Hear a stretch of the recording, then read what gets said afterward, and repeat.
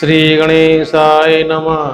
भक्तों, भगवान की कथा सुनना कहना हर आदमी की बस में नहीं है, क्योंकि भगवान की कथा वही सुनेगा जिसके ऊपर परमात्मा की कृपा हो। भक्तों, मैं आज आपको जो पांडवों के और कौरवों के इनके पूर्वज कौन थे, कैसे इनके परिवार का विकास हुआ, इस प्रसंग में मैं आपको पूरा विवरण सुनाने जा रहा हूँ। एक बार विश्वामित्र जी मुनि, देखो ये कुछ ऋषि ऐसे हैं जो सतयुग में भी थे, त्रेता में भी थे और द्वापर में भी थे।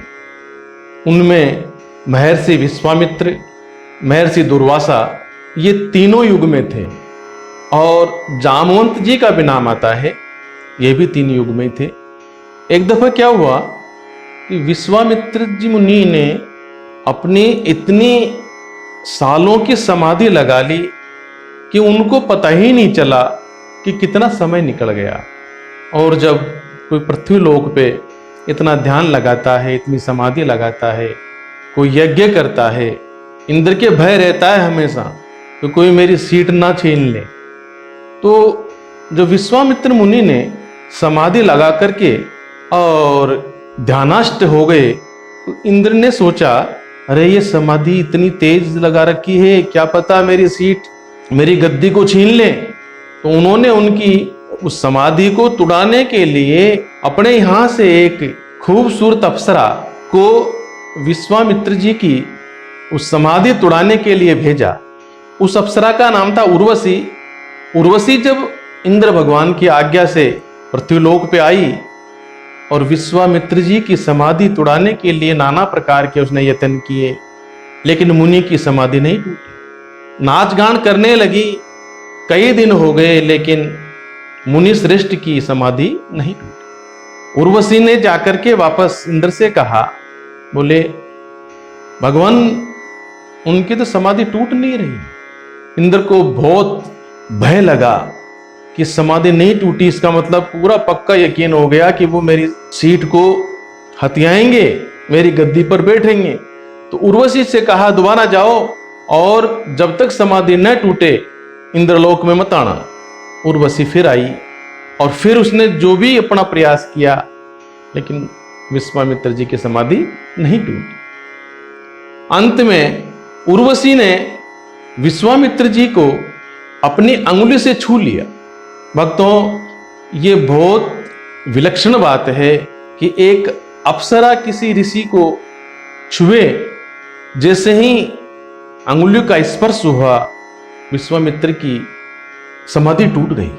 जैसे ही समाधि टूटी, आंखों में से तेज निकला।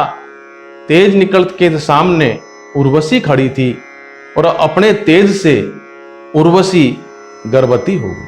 अब समाधि तो टूट गई, लेकिन गर्भवती होने के कारण वो इंद्रलोक में न जा सकी।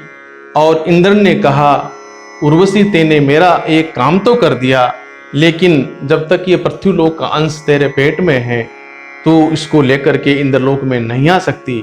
ये जब तक पूरा नहीं होगा तो पृथ्वीलोक पे ही रहेगी। और उर्वशी 9 महीने तक वहीं आश्रम में रही। और जब उर्वशी के कन्या का जन्म हुआ और उस कन्या को वो वहां जंगल में छोड़ करके इंद्रलोक को चली गई। उसी जंगल में ऋषि दुर्वासा का आश्रम था।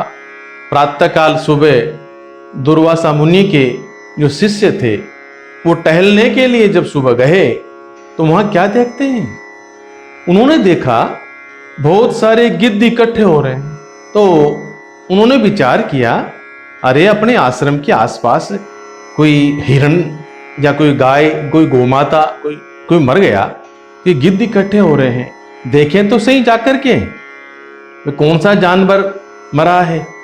तो वो शिष्य आगे देखने के लिए पहुंचे तो वहां क्या देखते हैं, वहां एक बच्ची अपने अंगुली को मुंह में दबाए हुए और जमीन पर लेट रही थी। गिद्ध इंतजार कर रहे थे कि कब ये मरे, कब हम खाएं, क्योंकि गिद्धी जिंदों को नहीं खाते। शिष्यों ने जब देखा, अरे ये तो कोई कन्या है, कोई बालक है, तो गिद्धों को हटाया और गोद में लेकर के दुर्वासा ऋषि मुनि के आश्रम में वापस आ गए और कहा, बोले मुनिवर, ये आश्रम के पास में छोटी सी कन्या जो है वो गिद्धों के बीच में मिली है। दुर्वासा ऋषि ने उसको गोद में लिया और उसका भविष्य भूतकाल सब देखा। दुर्वासा मुनि ने देखा, ओ बोले ये तो बहुत ही उच्च कोटि की कन्या है, इंद्रलोक की अप्सरा की तो बेटी है, माँ है वो उर्वशी, और पिता इसका कौन है, विश्वामित्र। अरे ये तो बहुत ही उच्च कोटि की कन्या है। तो शिष्यों से कह दिया कि ये यहीं रहेगी और इसकी आप सब लोग सेवा करें। दुर्वासा मुनि ने उस कन्या को बेटी बना करके पालना चालू कर दिया। और ये जो सारी जो मैं आपको सुना रहा हूं ना, ये महर्षि कालिदास ने अभिज्ञान शाकुंतलम नामक एक रचना की है, वो संस्कृत में है, उसमें सारा विवरण है। तो संस्कृत में गिद्धों को शकुंत पक्षी कहते हैं, तो दुर्वासा मुनि ने उसका नाम रख दिया शकुंत पक्षियों के बीच में से लाई गई कन्या शकुंतला। अब तो शकुंतला महीने की हुई 2 महीने की लगे, 2 महीने की हुई 6 महीने की लगे, बहुत होनहार, बहुत खूबसूरत, और 10-12 साल की जब हुई तो पूरे आश्रम का संचालन करने लग गई। दुर्वासा मुनि भी बड़े प्यार से बेटी की तरह पालते, स्नेह करते, दुलार करते और पूरा आश्रम का संचालन शकुंतला के हाथ में दे दिया। धीरे धीरे शकुंतला 16 साल की हो गई। दुर्वासा मुनि को ये चिंता हुई, बेटी बड़ी हो रही है और यहाँ आश्रम में कोई व्यवस्था नहीं है। तो ऐसा विचार मन में करके रह गए, देखेंगे आगे क्या होगा। थोड़े दिन बाद में प्रयागराज के अंदर कुंभ चल रहा था। दुर्वासा मुनि ने कहा कि मैं 4 महीने के लिए प्रयागराज कुंभ में जा रहा हूं, इस आश्रम का संचालन पूरी तरह से होना चाहिए, ये पूरा जो अधिकार क्षेत्र में शकुंतला को देता हूं। और शकुंतला को आश्रम की चाबी दे दी और शकुंतला से एक बात कही, बोले बेटा एक ही बात का ध्यान रखना, संध्या हो जाए उसके बाद चाहे कोई भी आ जाए, आश्रम की कुंडी मत खोलना, आश्रम का दरवाजा मत खोलना। बाकी और कोई बात नहीं है, अंदर तुम तुम्हारे इच्छा जैसे रहो, लेकिन संध्या काल होने के बाद आश्रम का दरवाजा, कोई भी आओ, मैं भी आ जाऊं तो मेरे लिए भी आप दरवाजा मत खोलना। शकुंतला ने कहा, गुरुदेव जैसी आपकी आज्ञा है, आपकी आज्ञा का पालन होगा, ऐसा ही होगा। और दुर्वासा मुनि चाबी देकर के शकुंतला को पूरा चार्ज देकर के और कुंभ में चले गए। कुंभ में गए 1 महीना हो गया, 4 महीने के लिए गए थे, 1 महीना हो गया। 1 महीना होने के बाद में क्या घटना घटती है, घटना कहो इसको या होनहार कहो। हस्तिनापुर के राजकुमार महाराज दुष्यंत वो शिकार खेलने के लिए जंगल में पहले जाया करते थे, लेकिन उस दिन वो एक हिरण के पीछे लग गए, हिरण हाथ नहीं आया, हिरण काफी आगे दौड़ता दौड़ता ओझल हो गया, अंधेरा हो गया और महाराज दुष्यंत जो है वो जंगल में अंधेरे होने के कारण वापस लौटने का उनको भान नहीं रहा। लौटते वक्त उन्होंने सोचा, अरे मैं काफी दूर आ गया, अब तो मुझे कहीं न कहीं रात को जंगल में ही ठहरना पड़ेगा। लेकिन ठहरे कहाँ? महाराज दुष्यंत जो है वो ये मन में विचार कर रहे थे कि ठहरे कहाँ। थोड़ी आगे आए तो उनको आश्रम का दीपक जलता हुआ दिखाई दिया। उसने विचार किया, अरे यहाँ किसी न किसी का आश्रम है और मुझे रात भर यहाँ ठहरना है। दुष्यंत वहां घोड़े पे सवार होकर के जब आए, आश्रम का उन्होंने दरवाजा खटखटाया। भक्तों, दरवाजा खटखटाया तो शकुंतला अपने गुरु की बात को भूल गई कि संध्या के बाद में आश्रम का दरवाजा नहीं खोलना, लेकिन वो इस बात को भूल गई और अतिथि देवो भव इस बात को विचार करते हुए दरवाजा खोल दिया। जैसे ही दुष्यंत घोड़े से नीचे उतरे, दुष्यंत उस टाइम पे 22-23 साल के जवान, शकुंतला 16-17 साल की युवती, जब देखा दोनों को तो एक राजकुमारी एक राजकुमार। अब शकुंतला अपने गुरु की बात को भूल गई और उससे कह दिया, आपको क्या चाहिए? तो दुष्यंत ने कहा, देवी मुझे कुछ नहीं चाहिए, हस्तिनापुर का राजकुमार हूं और इस तरीके से मैं शिकार करने गया था, देर हो गई तो मुझे रात भर विश्राम चाहिए। शकुंतला ने उसको अंदर विश्राम दिया, फल फूल कंदमूल जो थे वो खिलाए और दोनों इतने मोहित हो गए आपस में कि उन्होंने गंधर्व विवाह कर लिया। और जब सुबह जाने लगे तो जाते वक्त दुष्यंत अपनी अंगुली में से एक अंगूठी उतार करके और शकुंतला को दे दी। बोले, शकुंतला ये अंगूठी तू रख ले, इस पे मेरा नाम लिखा हुआ है, मैं जब गुरुदेव आएंगे 3 महीने बाद में, मैं बारात लेकर के आऊंगा और तेरे को यहां से रानी बना करके ले जाऊं। ऐसा कह करके सुबह दुष्यंत हस्तिनापुर के लिए रवाना हो। इस बात को पूरे आश्रम में पता चल गया, जितने भी शिष्य थे उनको सबको पता चल गया और सबने कहा, शकुंतला तेने ये क्या किया? दुर्वासा मुनि आएंगे, दुर्वासा का क्रोध का तेरे को पता नहीं है। दुर्वासा बहुत क्रोधी मुनि हैं, बहुत अपराध किया तेने। शकुंतला ने कहा, वो मेरे पिता तुल्य हैं, मैं उनसे सारी बात बता दूंगी और ऐसी बात नहीं है, वो बोल के गए हैं कि मैं गुरुदेव से हाथ मांग करके और तेरे को रानी बना करके ले जाऊंगा, तो मैं गुरुदेव को आएंगे तो समझा दूंगी। और सज्जनों, जब 3 महीने बाद में जब गुरुजी आए, अब इधर शकुंतला क्या हाल हो गया शकुंतला का कि शकुंतला के गर्भ ठहर गया और शकुंतला दुष्यंत की यादों में इतनी खो गई कि उसको यही पता नहीं चल कि कब दिन उगता है, कब अस्त होता है, कब आश्रम में झाड़ू निकलता है, कौन निकालता है, कौन क्या, मतलब अस्त व्यस्त हो गया काम।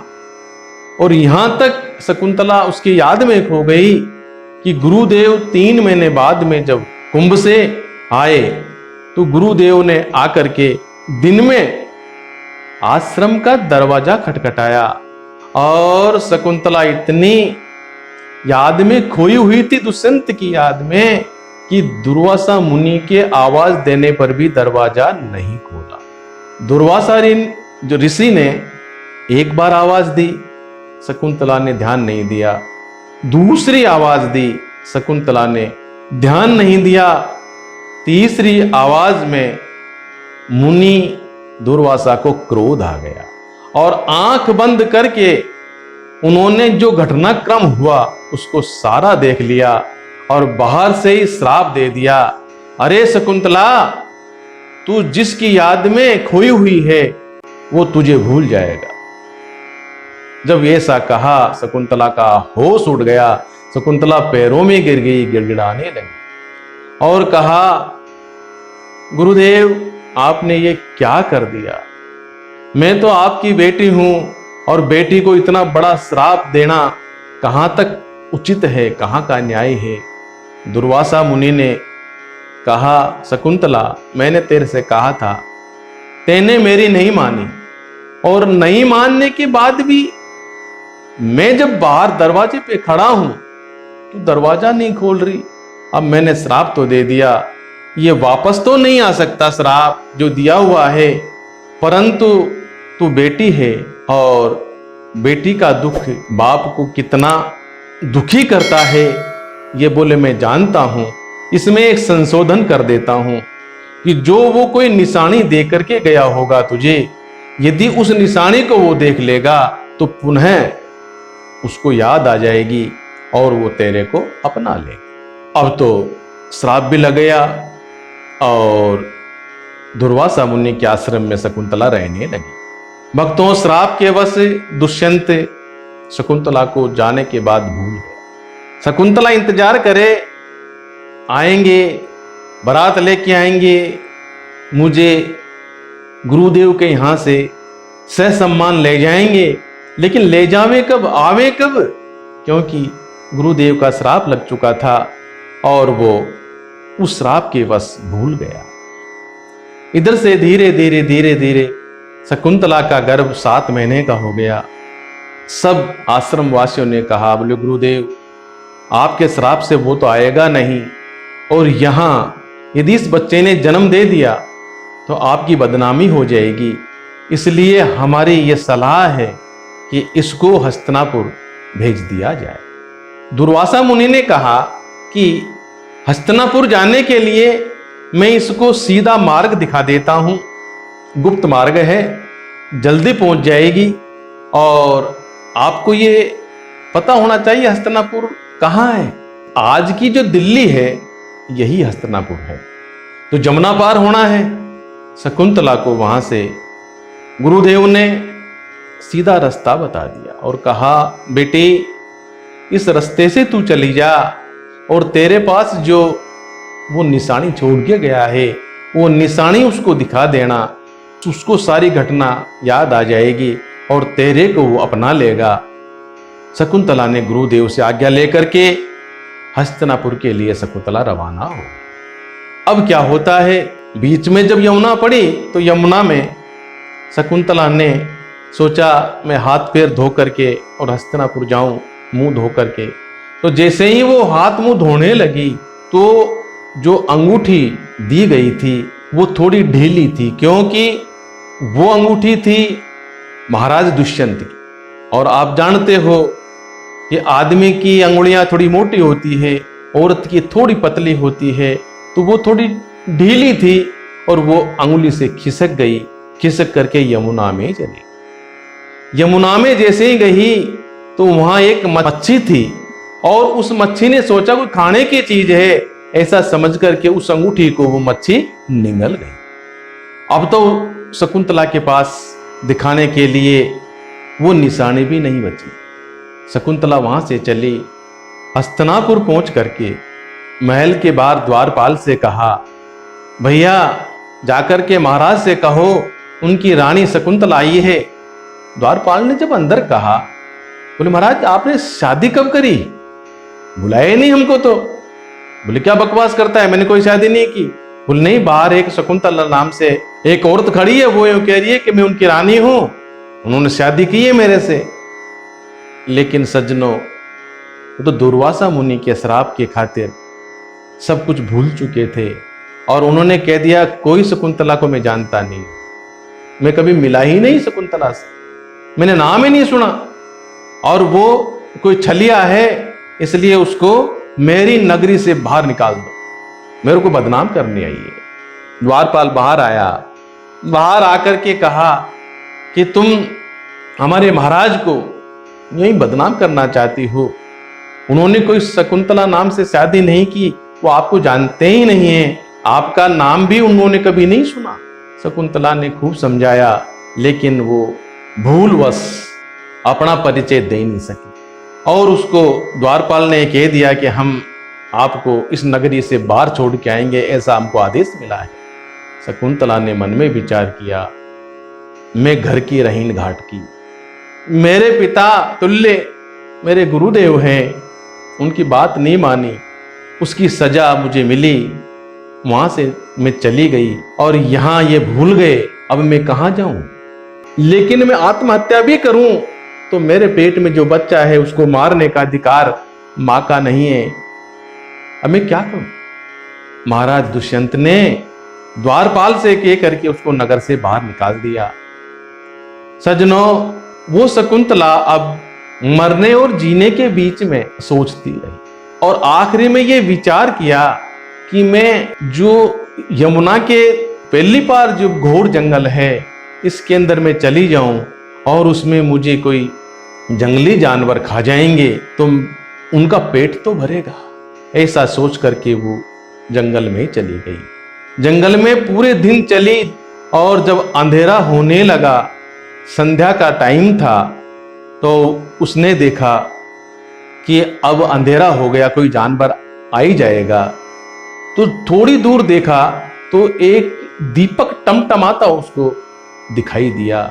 शकुंतला ने सोचा या तो ये कोई जानवर है, तो मैं इस जानवर के पास ही चली जाऊं। मैं रात को क्या खाऊंगी, कहां सोऊंगी, तो रात के पहले ही वो जानवर मुझे खा जाए तो मेरी पूरी लीला ही समाप्त हो जाए। ऐसा विचार करके वो दीपक जल रहा था उसको देखते हुए और वो आगे बढ़ी। आगे थोड़ी दूर पहुंची, वो क्या देखती है, वहां एक कुटिया बनी हुई है और एक ऋषि वहां तपस्या कर रहे हैं। वो ऋषि जो थे वो कण्व मुनि थे और कण्व मुनि जब वहां तपस्या कर रहे थे तो शकुंतला ने सोचा ये कोई जानवर की ये नहीं है, ये तो कोई ऋषि का आश्रम है, चलो मैं आज रात भर यहीं रह जाती हूँ। और जब वो कुटिया पे पहुंची, संध्या का समय हो गया था। मुनिराज ने देखा इस घोर जंगल के अंदर और इतनी खूबसूरत ये युवती कहाँ जा रही है। कण्व मुनि ने कहा, बोले बेटी इस जंगल में क्यों घूम रही हो, कौन है तुम्हारे साथ में। शकुंतला ने अपनी पूरी दास्तान पीछे की महर्षि को बता दी। महर्षि कण्व मुनि ने आंख बंद करके पीछे का पूरा वृतांत जब देखा तो कण्व मुनि आश्चर्य में पड़ गए। अरे ये तो ऋषि पुत्री है, देखो इसका पिता बहुत बड़ा ऋषि है, इसकी माता अप्सरा है, इसका पालन करता बहुत बड़ा ऋषि है, जिससे ये शादी करना चाहती है वो हस्तिनापुर के महाराज है। ये बात सारी कण्व मुनि के दिमाग में आ गई, लेकिन कहा नहीं उन्होंने।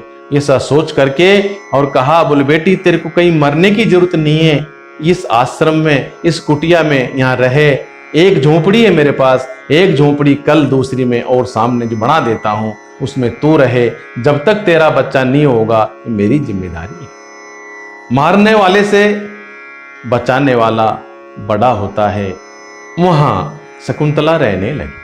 सामने एक छोटी सी कुई थी, वहां से पानी लावे, पोंछा लगावे, जो कंदमूल फल वहां हो उसको आप खावे और मुनिराज कण्व मुनि थे वो खावे। 7 महीने का गर्भ था, 2 महीने बाद में यानी 9 महीने जब हुए, उसी कुटिया में शकुंतला के एक सुंदर बालक का जन्म हुआ। तो कण्व मुनि ने उस बालक की जब कुंडली देखी तो कण्व मुनि ने विचार किया, अरे ये तो बहुत ही बड़ा चक्रवर्ती सम्राट बनेगा।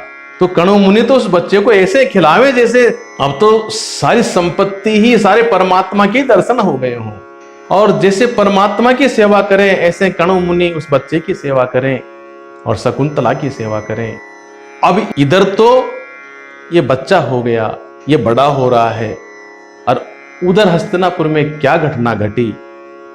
जमुना के अंदर मछुआरे जो हैं वो मच्छी पकड़ने के लिए जब गए, एक मछुआरे के हाथ में वही मछली हाथ आ गई, और जब उस मछली को लेकर के वो मछुआरा घर गया, पेट को चीरा गया तो उसके पेट से वो अंगूठी निकली, उस पे दुष्यंत लिखा हुआ था। मछुआरा तो अंगूठी को देख करके ही अपने आप को धन्य समझने लगा, अरे ये तो मेरे को बहुत अच्छी चीज मिली है, मैं महाराज को जाकर के दूंगा, मुझे बहुत बड़ा इनाम मिलेगा। दौड़ता हुआ मछुआरा आया महल में और कहा, महाराज से मुझे मिलना है। द्वारपाल ने कहा, भाई क्या बात है। बोले, मैं उनको ही बताऊंगा, उनकी अमानत है, देख इस पे एक नाम लिखा हुआ है दुष्यंत। महाराज ने कहा उस मछुआरे को अंदर लाया जाए। मछुआरा जब अंदर पहुंचा और जैसे ही वो अंगूठी महाराज दुष्यंत ने देखी तो दुर्वासा के श्राप के वो सारा भ्रम टूट गया, क्योंकि जो गुरुदेव ने कहा था कि जो उसने दी वो निशानी जो देख लेगा तो पूरा को घटनाक्रम याद आ जाएगा और तेरे को वो अपना लेगा। अब तो विचित्र स्थिति हो गई। उस अंगूठी को देख करके दुष्यंत तो पागल सा हो गया। अरे मैंने ये क्या करा। अब कभी द्वारपाल से कहता है वो कहां गई। बोले कौन। बोले वो आई थी। वो किस रास्ते से गई। अब तो उसने राजपाट छोड़ दिया और शकुंतला को ढूंढने में लग गए। हर गांव के अंदर घोड़ा लेकर के दौड़े। दुष्यंत महल में आया ही नहीं। जब तक मैं शकुंतला को नहीं लाऊंगा, जब तक महल में नहीं लाऊंगा नहीं। और ऐसा विचार करके वो शकुंतला को ढूंढने लगा। ढूंढते ढूंढते शहर में ढूंढा, गांव में ढूंढा, कहीं नहीं मिली। सिर्फ जगह आश्रमों में ढूंढा, शकुंतला कहीं नहीं मिली। और ऐसे करते करते सज्जनों 2 वर्ष निकल गए। वो बालक 2 वर्ष का हो गया। 2 वर्ष के बाद में अब कण्व मुनि के आश्रम में आराम से खेले। और किससे खेले। जंगल में कौन है। हिरण के बच्चे, शेर के बच्चे, छोटे छोटे, उनसे खेले वो। उनको तो वही खिलौने हैं। एक दिन क्या हुआ कि शकुंतला तो कुएं पे पानी लेने गई थी और वो छोटे छोटे शेरनी के बच्चे थे, उनसे खेल रहा था। और उनसे कह रहा था तो मुंह खोलो, मैं तुम्हारे दांत गिनूंगा। कितने दांत है देखें तुम्हारे मुंह में। 2 साल का बच्चा बोलता है तोतली भाषा में। शेर के बच्चे से कहता है तुम मुंह खोलो, तुम्हारे दांत गिनूंगा। कितने दांत हैं। मेरे तो इतने हैं। ऐसे खेल रहा था। और उधर से महाराज दुष्यंत शकुंतला को गांव शहर में ढूंढते ढूंढते, जंगलों में ढूंढते ढूंढते उसी रास्ते से जब जा रहे थे तो उन्होंने उस बच्चे को शेर के बच्चों के साथ में खेलते हुए देखा। तो वो आश्चर्यचकित हो गए और घोड़े से नीचे उतर करके उस बच्चे को देखने लगे और मन में विचार करने लगे, ओह कितना बहादुर बच्चा है, कितना बढ़िया बच्चा है। देखो शेर के बच्चे के साथ में खेल रहा है और कहता है मुंह खोल, तेरे दांत गिनूंगा। उस बच्चे के पास में जब महाराज दुष्यंत पहुंचे और बच्चे से पूछा, बेटा तेरा नाम क्या है। तो नाम तो उसने कुछ बताया नहीं। तो तेरी मम्मी का क्या नाम है। तो मम्मी का नाम तो शकुंतला बता दिया उसने। शकुंतला का नाम सुनते ही महाराज वहां ठहर से गए। अरे ये तो उसी शकुंतला का नाम ले रहा है। और कौन है। बोले मेरे बाबा हैं। तो बाबा से मिलवाओ। इतनी देर में ही शकुंतला जो है वो कुएं से पानी लेकर के आई। और जैसे ही शकुंतला ने दुष्यंत को देखा, दुष्यंत ने शकुंतला को देखा। शकुंतला बोल रही है तुम कहां थे। लेकिन दोनों को पता था कि ये किसी का दोष नहीं है, ये अपने कर्मों का दोष है और गुरुदेव दुर्वासा के श्राप का असर है।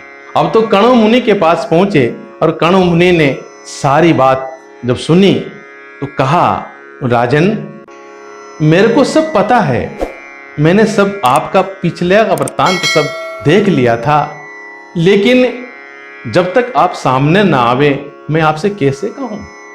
और कण्व मुनि ने शकुंतला को और बच्चे को जब भेजने के लिए जब तैयार हुए तो शकुंतला ने कहा, गुरुदेव आप भेज तो रहे हैं लेकिन इस बच्चे का नामकरण संस्कार तो कर दीजिए, आपने तो नाम ही नहीं रखा। तो गुरुदेव ने कहा, शकुंतला ये पृथ्वी का भार उतारने वाला होगा और इसका नाम भरत होगा। कि मैंने सारी कुंडली देख ली है, इसका भविष्य मैंने देख लिया है, ये बहुत ही चक्रवर्ती सम्राट होगा और पृथ्वी का भार उतारने वाला होगा, भरण पोषण करने वाला होगा, इसलिए इसका नाम मैं भरत रखता हूं। और शकुंतला को और बच्चे भरत को दुष्यंत के साथ में रवाना कर। महल में महाराज दुष्यंत अपनी जो पत्नी शकुंतला अपने बेटे भरत को लेकर के जब आए, राज दरबार में बहुत खुशियां छाई। पूरे हस्तिनापुर में ढोल नगाड़े बजे और शकुंतला को अपनी पटरानी घोषित कर। सज्जनों ये भरत जो है दुष्यंत का पुत्र, शकुंतला का पुत्र, ये इतना प्रतापी और चक्रवर्ती सम्राट बना। आपको जानकारी के लिए मैं बता दूं, ये पूरा आर्यव्रत था और इस आर्यव्रत में अपने देश का नाम इसी भरत के नाम से भारत रखा गया। अपने इतिहास में 3 भरत हुए हैं। पहला शकुंतला पुत्र भरत, दूसरा भागवत में उसका विवरण है जड़ भरत, और तीसरा दशरथ नंदन भरत। 3 भरत हुए हैं, लेकिन अपने देश का नाम भारत यह शकुंतला के पुत्र भरत के नाम से ही रखा गया है।